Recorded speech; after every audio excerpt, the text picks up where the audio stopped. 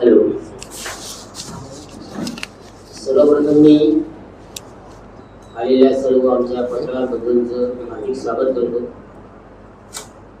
आज आपण एका राजकीय पक्षाच्या शुभारंभ प्रसंगी पत्रकार परिषदेचं आयोजन केलेलं आहे. प्रसार माध्यमाच्या माध्यमातून समाजापर्यंत आपण विविध प्रकारच्या वृत्तांत पोहोचत असतात. समाजाला त्याची माहिती असते आणि म्हणूनच आजचा हा जो राजकीय पक्षाचा शुभारंभ हा समाजापर्यंत पोहोचणं आवश्यक असल्यामुळं आणि नेमकं या पक्ष स्थापनेमागची भूमिका, त्याचा उद्देश, त्याचं कार्य आम्ही आपल्याला प्रेसकरूमध्ये दिलेच आहे. आज रत्नागिरीच्या या ऐतिहासिक पावनभूमीत आम्ही युवा क्रांती सेना या नव्या राजकीय पक्षाची अधिकृत स्थापना करीत आहोत. हा पक्ष केवळ राजकीय संघटनेचा जन्म नाही, तर कोकणच्या अस्मितेसाठी, स्वाभिमानासाठी, हक्कासाठी, रोजगारासाठी, निसर्गाच्या संरक्षणासाठी आणि स्थानिक युवकांच्या भविष्यासाठी लढण्यासाठी उभे राहिलेले एक जन आंदोलन आहे.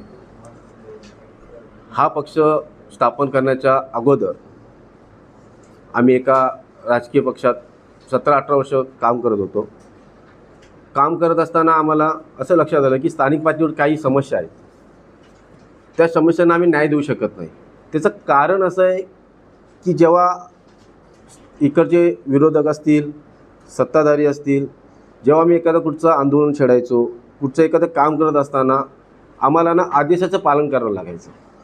जेव्हा काही गोष्टी असायचा, आदेश यायचं नाही यायचं, उशिरा यायचं, त्यापर्यंत कार्यकर्ते लोकांचं काही काम असायचे ते पूर्णपणे होत नसायचं. त्यामुळे आम्ही विचार केला, माझे काही सहकारी अजून भरपूर, कारण पक्ष, एखादा राजकीय पक्ष स्थापन करण्यामागे भरपूर जणांचा हात असावा लागतो. त्यामागे आम्ही एक विचार केला की आपण काय करायचं, कारण आपण सक्षम आहोत लोकांना न्याय देण्यासाठी. मग आपण आदेशाचं पालन का करावं. मग आमचे मित्र सचिन शिंदेसाहेब, शकील गव्हाणकर साहेब असतील आणि भरपूर आमचे पदाधिकारी, कार्यकर्ते, त्यांच्याशी मी विचार केला की आपण काय करावं.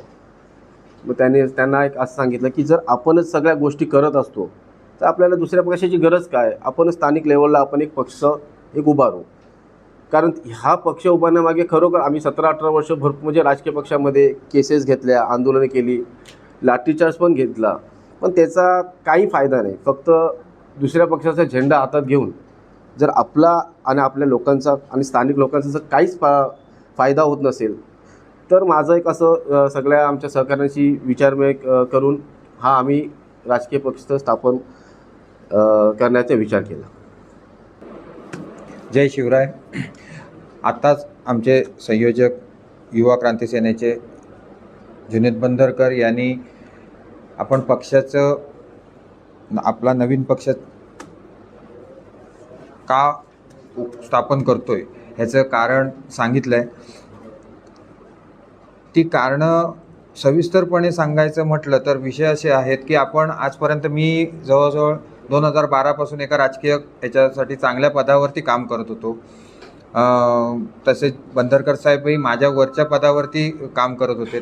पण आम्ही बघितलं की आता तुम्हीही बघितलं असेल की ह्या 1-1.5 वर्षामध्ये आपण त्या पक्षामार्फत खूप आंदोलनं केली, पण आपण त्या एकाही आंदोलनाला यश देऊ शकलो नाही. कारण का, तर आम्हाला आदेश नाही आहेत, वरून आदेश येत नव्हते. त्यामुळे आम्हाला खूप अडचणी येत होत्या. मग ह्याचा सर्वांचा विचार करता आम्ही मुख्य पदाधिकारी एकत्र आलो आणि मग आम्ही विचार केला की आपण जर आदेशाचीच वाट बघत बसण्यापेक्षा आपण आपला स्वतःचाच पक्ष स्थापन केलेला चालू शकतो.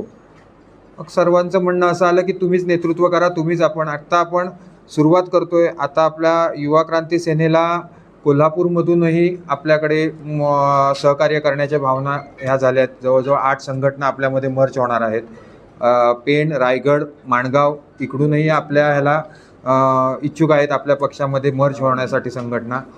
तर सुरुवात आपण आपल्या आणि एक रत्नागिरीकरांसाठी स्वतःचा पक्ष आजपर्यंत दुसऱ्या म्हणजे राज्यात जे पक्ष आहेत ते शेवटी प्रत्येकाला त्याप्रमाणे न्याय मिळेल याचे आज आम्ही हा पक्ष स्थापन करताना एक ठरवलं की कोणावरती विनाकारण टीका करायची नाही आहे.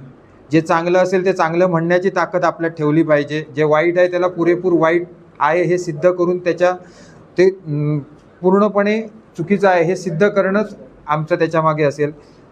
आज फक्त आमचं एकच म्हणणं आहे की आज आपल्या रत्नागिरीमध्ये पर्यटनासाठी खूप वाव आहे, पण ते कुठेही दिसत नाही आहे.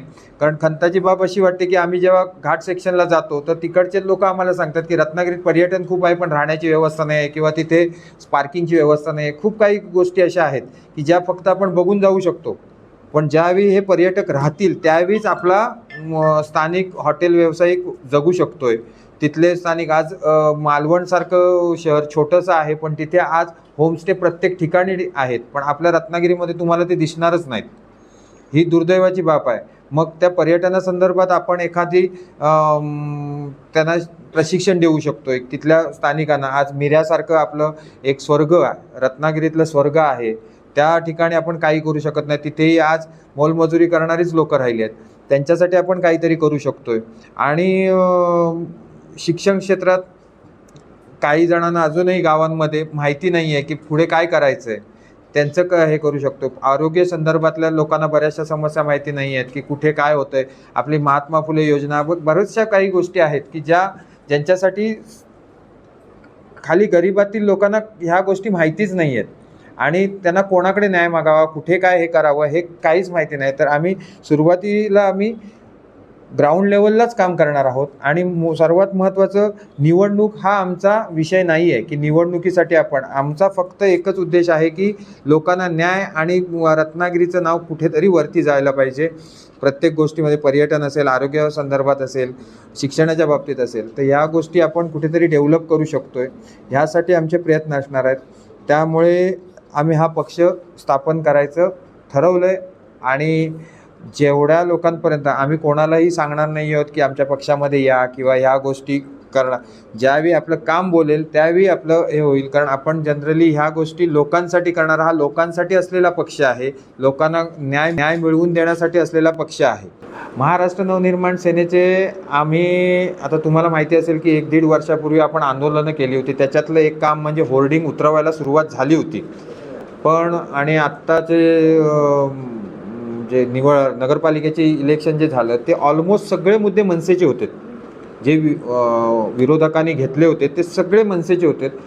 पण आम्हाला ते पुढे नेता आले नाही, कारण आमच्या वरिष्ठांनी आमच्या पदाला स्थगिती दिली आणि त्या स्थगितीला काहीच पुढे उत्तर नाही. म्हणजे वरिष्ठ येत आहेत जात आहेत नुसते हे विचारत आहेत, पण त्या गोष्टीला काहीच राहिलं नाही. आज अशी कंडिशन राहिली आहे की मनसेच्या, महाराष्ट्र नवनिर्माण सेनेच्या कार्यकर्त्यांची ओळख संपतच चालली आहे, कोणी राहिलंच नाही आहे. आणि बघायला गेलात तर नगरपालिकेमध्ये विरोधक म्हणून महाराष्ट्र नवनिर्माण सेना चांगल्यापरीने जम बसवत होती आणि त्याचवेळी वरिष्ठ नेत्यांनी येऊन स्थगिती दिली आणि संपलं.